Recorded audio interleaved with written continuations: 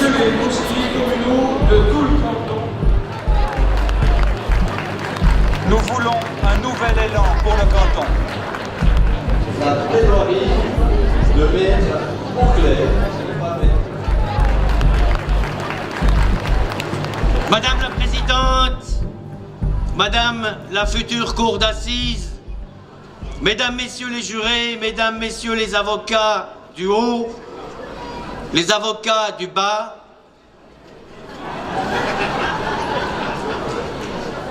Mesdames, Messieurs les austérités politiques et judiciaires, chère population, chers citoyens, nous sommes aujourd'hui réunis pour cette première fête du rassemblement neuchâtelois. C'est un bon début. Nous suivons avec 70 ans de retard l'exemple de notre jeune voisin, le petit dernier qui continue de s'agrandir et qui ne fait pas les choses à moitié. Nous sommes aujourd'hui réunis dans cette cour d'assises en plein air, au mur ne résonnant pas encore du cri des innocents, rongés par les pluies acides de l'injustice, pour décider du sort de notre canton. S'il devra finir ses jours dans l'isolement du terrible souterrain carcéral couvert des moisissures de l'obscurantisme, ou s'il retrouvera un monde libre et visionnaire, où le soleil illuminera de ses rayons de vérité les plumes aux reflets miroitants d'un oiseau qui chantera la liberté. Piou, piou. Neuchâteloises, Neuchâtelois, il ne pleut pas les larmes de la liberté, tout simplement parce qu'il fait beau. On attend la pluie avec impatience, l'impatience prime sautière d'une jeune mariée pour qu'elle pleuve enfin ces larmes de la liberté. C'est un grand jour pour nous tous, celui du rassemblement de l'Union neuchâteloise. Cette grande fête de la réunification, ici, dans la société, la cité horlogère, jusque-là confinée dans les limbes des périphéries froides et oubliées d'une Romandie dont on a vite fait le tour, admirée, enviée, puis outragée, raillée et moquée par les fourbes arrogants et incultes qui manquent de toute évidence de hauteur, perdus dans le brouillard de l'arrogance. Cette cité apparaît sous un jour nouveau. En effet, dans quelques jours, les nuages d'une tristesse trop longtemps refoulée laisseront place à la lumière de la justice retrouvée. La sueur et les larmes des abeilles anonymes ayant butiné des heures pour la montre des autres, dans le cliquetis assourdissant des machines-outils, se transformeront en un miel chaud et sucré, annonçant les prémices d'un espoir trop longtemps enfoui sous les neiges de la dépression. La Chaux-de-Fonds aura enfin ce qu'elle souhaite du plus profond de ses entrailles ouvrières, l'espoir d'un renouveau qui tracera le chemin vers un nouvel Eldorado. J'ai nommé son nouvel hôpital judiciaire. Alors, mais merde, hôtel judiciaire. Pourtant, je vous le mens pas, j'ai répété cette plaidoirie pendant des heures. Hôtel judiciaire, pas hôpital judiciaire. Même si c'est bien l'injustice qu'il faut soigner.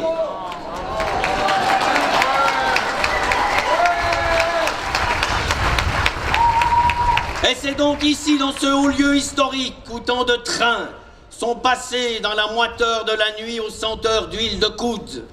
Des trains construits sans passer par les urnes, parce que c'était la voie 6 du bon sens, plutôt que la voie de garage du non-sens. Que nos autorités auront la lourde tâche de poser la première pierre de ce projet titanesque, annonçant les prémices du renouveau, un palais de roi, qui se devra de rendre justice à ceux qui la méritent. Un palais de justice qui, pour le prix, mériterait au moins d'être construit par Mario Botta. La réunification, l'union, le rassemblement. Quel mot, mes amis. Réunir pour faire face, oui. Ou réunir pour se voiler la face, non. La peur de la désunion n'est pas bonne conseillère. Le désir d'unir le canton montre qu'il ne l'est pas. Il faut savoir pourquoi et se poser la question. Car c'est bien sur la justice que doit se fonder l'union du canton. Cette justice qui défend les égalités et condamne les inégalités, et non cette justice qui ferme ses yeux centenaires de notables avides de pouvoir sur des inégalités caractérisées et flagrantes, empêchant toute union qui pourrait faire notre force.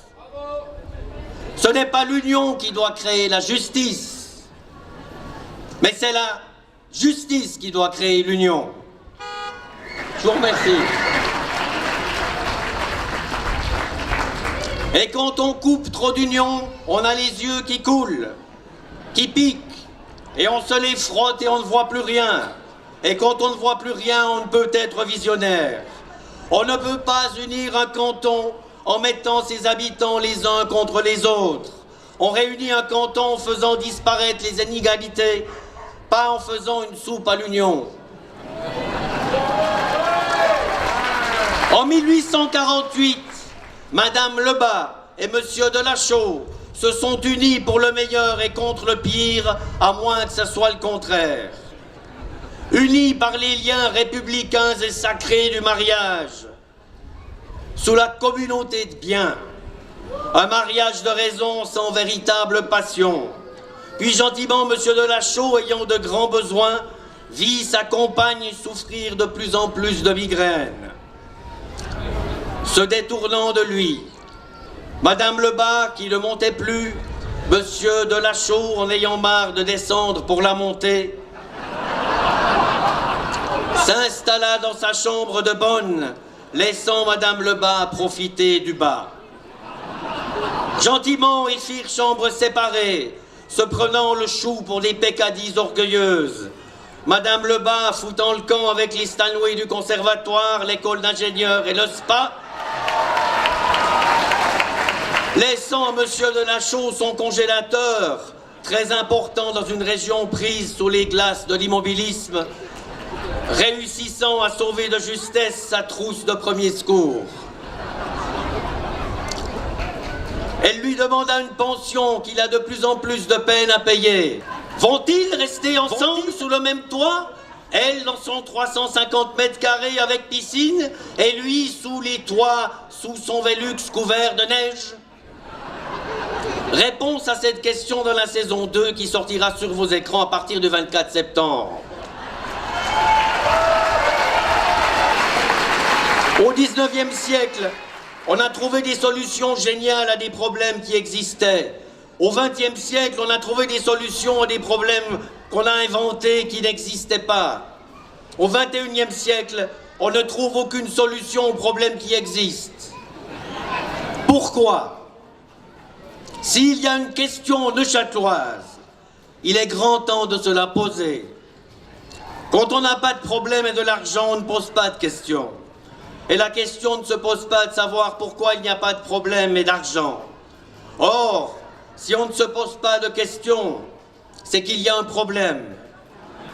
Et quand il y a un problème, on remplace la solution par des votations qui posent un problème, car ils ne répondent pas à la question véritable que l'on n'ose pas se poser. La question neuchâteloise. Je me remercie de l'avoir posée. Je plaide ouvertement pour l'ouverture d'une question neuchâteloise. À cette question neuchâteloise, il peut y avoir deux réponses. La réponse neuchâteloise et la réponse jurassienne. Un espace, deux demi-cantons.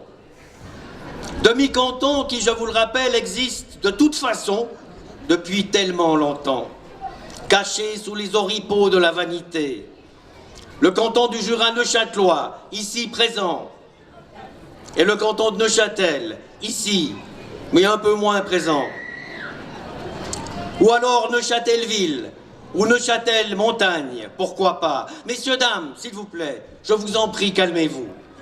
Je ne suis rien d'autre qu'un humoriste provocateur qui vient d'une ville du haut qui est au plus bas, dans un canton qui a des hauts et des bas, surtout dans le haut, et qui dit tout haut ce que les gens pensent tout bas. Vous nous demandez des sacrifices, de travailler plus pour gagner moins. Nous, on vous demande de faire mieux en travaillant plus. Puisque, finalement, vous travaillez à la sueur de nos fronts. Et si vous avez besoin d'aide, demandez-nous, nous avons la solution. C'est bien que ce nouvel hôtel judiciaire 5 étoiles se construise ici. La justice est toujours meilleure quand elle prend de la hauteur. Une justice qui va vers le haut est un canton qui va vers le haut. C'est là que le bas blesse. Et si la justice s'en va, il restera toujours un hôtel. Le haut représente symboliquement le lieu de naissance du canton, ce canton qui a vu le jour en 1848, alors qu'il n'y avait pas encore de maternité. Ce haut qui a fait un siège vers le bas, et par qui la Révolution a rendu justice et a rendu la liberté possible pour tout le monde. Mais quelle liberté? Celle qui est décidée par certains au détriment des autres, ou celle qui est décidée par tous pour tout le monde? C'est à cette question neuchâteloise qu'il faudra répondre. La Révolution naît de l'inégalité, et si celle-ci demeure, alors oui, il faut construire d'urgence ce nouvel hôtel judiciaire afin de pouvoir très vite prononcer le divorce entre le haut et le bas. Le haut a envie d'enlever le bas a envie d'enlever le haut, et le canton finira par se retrouver à poil. Et ce n'est pas la taille qui compte. Et pour les pudiques du renouveau, il restera toujours une feuille de vigne pour cacher leur petite ambition. Chers Neuchâtelois du haut, chers Neuchâtelois du bas, du milieu et de travers, j'ai déchiré symboliquement l'étendard neuchâtelois et je l'assume entièrement. Mais je l'ai recousu, mal, et je l'assume entièrement. J'espère sincèrement que notre Conseil d'État sera bien meilleur couturier, sachant qu'il est déjà un redoutable tailleur. Mais il y a des déchirures bien plus lointaines, bien plus importantes, bien plus profondes, qui peinent à se refermer et qui méritent tout autant d'être jugées. Comme moi, oui, je suis d'accord d'être jugé pour ça, mais dans le nouvel hôtel judiciaire. Accusés, levez-vous. Ah ben vous êtes déjà debout.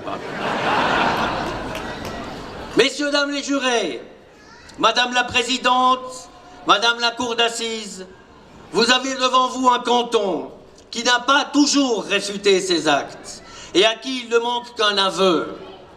Un canton qui, je vous le rappelle, souffre depuis sa plus tendre enfance d'une autonomie chronique aiguë.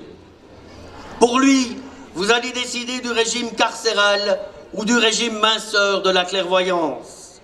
Que vous choisissiez la justice et la vérité, comme un homme choisit sa compagne pour l'éternité, lui jurant fidélité et soutien dans les moments les plus durs, ou que vous choisissiez l'injustice comme un homme ne choisit pas toujours sa femme fourbe et cruelle. Dans les deux cas, je vous conseille de la quitter.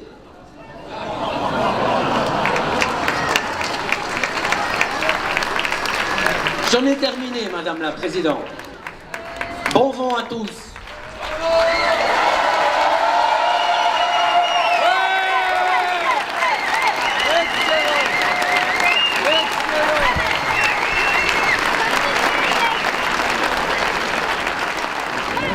À toutes. Et à votre santé. En fait, je viens de Paris et j'ai mon copain qui habite au Loc. C'est un sacré choc thermique. Oui, je suis bien d'accord, mais c'est bien, c'est reposant. Alors 80.